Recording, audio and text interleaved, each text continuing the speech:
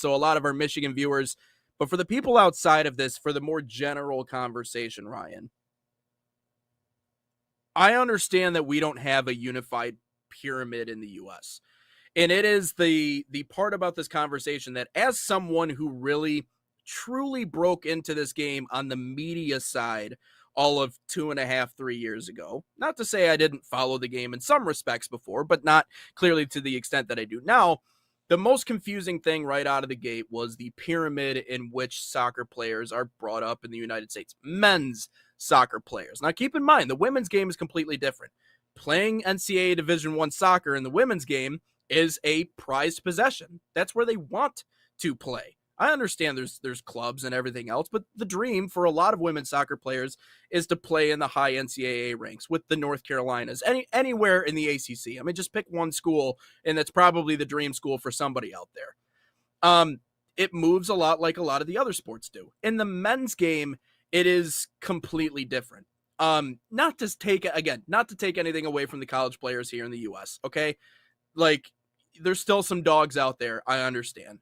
But for the most part, you go to the academies, and then really, at the highest level, you have the USL or you have MLS Next, and obviously MLS is considered the top domestic league in the United States. And as much as that is confusing, and I do wish we had a system in which it was clear cut from beginning to end exactly where you were going and what that looked like, just to take away from some of the anxiety that people have when looking at all of it. Because again, this has taken me a little bit of time to figure out what the hell's going on. I kind of love that the USL is being as bullish and as bold and as gutsy as they've been in building what this new product is, in adding new cities, in the arms race in terms of building new stadiums and refining old stadiums and adding a new level and going out and getting people in the front office that have worked in the Premier League before, who understand what that looks like, and targeting the smaller markets. All of these things, in my personal opinion, are ways to build the USL to a point to where they can more routinely compete with the MLS.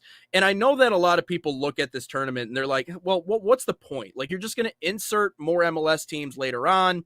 You know, the USL teams are going to flame out. Only a couple of times, I think, in the Cup's history, which, by the way, it's the oldest soccer tournament in the history of this country, only a couple of USL teams or non-MLS teams have won it in the last 30 years that they've been competing in this tournament. And so the data is not backing up that they are on the same level as the MLS. But if they can continue to prove in this tournament that not only they can hang, but routinely beat MLS teams, and, you know, who knows, maybe beat one of the top end teams, maybe there starts to be a discussion that the USL is competitive. However, when you look at the MLS, resting their players, not playing their best guys. So what does it really tell you? I'm not sure. But what I will say is that I think the USL will catch up to the MLS. The only question is when. And again, the biggest question is time. How much time is it going to take for them to finally get to that level? But I think they've done a brilliant job in expanding, a brilliant job in getting great minds in rooms where they need to be, implementing a new level, and most importantly, Ryan, like we said earlier in the show, at least bringing Pro Rel to the table in the United States, because that's where we need to start. We at least need to open up and have the conversation about it. I understand if you try it and it doesn't work and, you know, we relegate a team and logistics are a nightmare, then fine. Then we can go back on it. But the USL and the MLS, yes, they're both soccer leagues, but in a lot of ways, Ryan, they're completely different concepts with how they are going about doing business. And so it gives us two options in the US. And so let's see what they can do. But from a money perspective, it's not even close. Obviously, the MLS is up here. The USL is not even on screen. But it's an interesting case study, nonetheless. The last time a non-MLS team won the U.S. Open Cup was the Rochester Rhinos back in 1999. They were in the A-League, which is now considered the USL Championship. They beat 4 MLS teams, the Chicago Fire in the second round, the Dallas Burn, which is FC Dallas, and then they came Yep. back against the Columbus Crew, and then they beat the Colorado Rapids in the finals 2-0. So that's the last time. And mind you, the MLS started in 1995. So it has definitely been a dominant force MLS teams have. And I think, again, I think the USL is going to a better, authentic way. I really do. It's just up to, well, first off, they got to get their player agreement, their CBA signed, and their player agreement signed, and all that fun stuff get going first. But at the same time, like, you see a couple USL games on national television throughout the summer, like that does happen. And I just look at the MLS, and I still just think that it's very, obviously they have the money, they have all the resources in the world, but at the same time, I don't know. It's too Americanized is what I would say. And there's like, everyone talks about, like, the U.S. men's national team not being tough, this and that. Like, there's no pressure. Like, there's no true pressure for any of these teams to really win anything. Like, and then the best players, the selling point of the league are all players that, I mean, to be honest, do they truly care? I think Messi does care to an extent. We've seen him go into the referee room after a game or whatever. Does Mueller truly care? Heung-min Son, did David Beckham truly care back in the day? It's just, though, at the same time, though, both of these leagues are set up similar and into the rest of the leagues. Like, there's an academy system.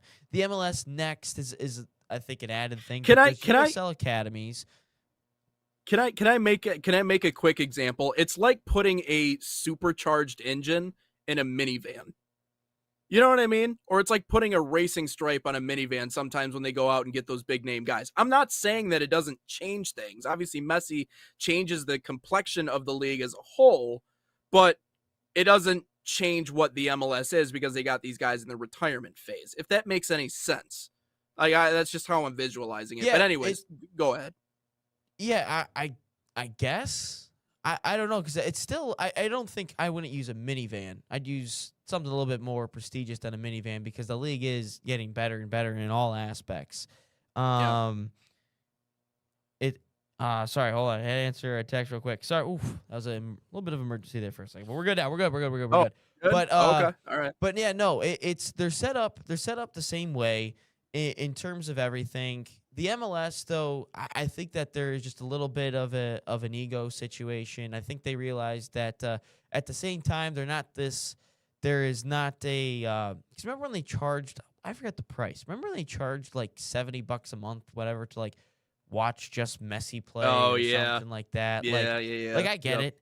I get it and everything, but it's just, I think that there's a little bit of an ego that's involved with the MLS, and the USL isn't, and they showed that with getting the guy over from England. I forgot the guy's name, that they're bringing him over to help set up the whole promotion and relegation system.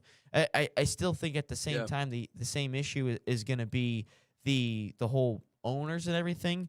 But I do want to see this. I do want to see how everything how everything plays out after the World Cup.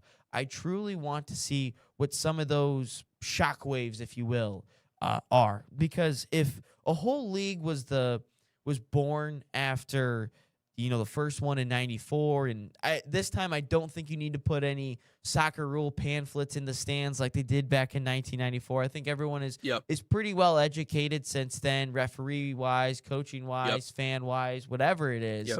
But I just think that there is going to be some crazy shockwave that we're going to see in the fall and in next spring after the World Cup. And I truly want to see how it affects, the USL. How does it affect the MLS? Because if the World Cup somehow, gravitates and, makes people feel a certain type of way, the way that the World Baseball Classic did to Tarek Skubal, but he didn't want to pitch after that, still blows my mind.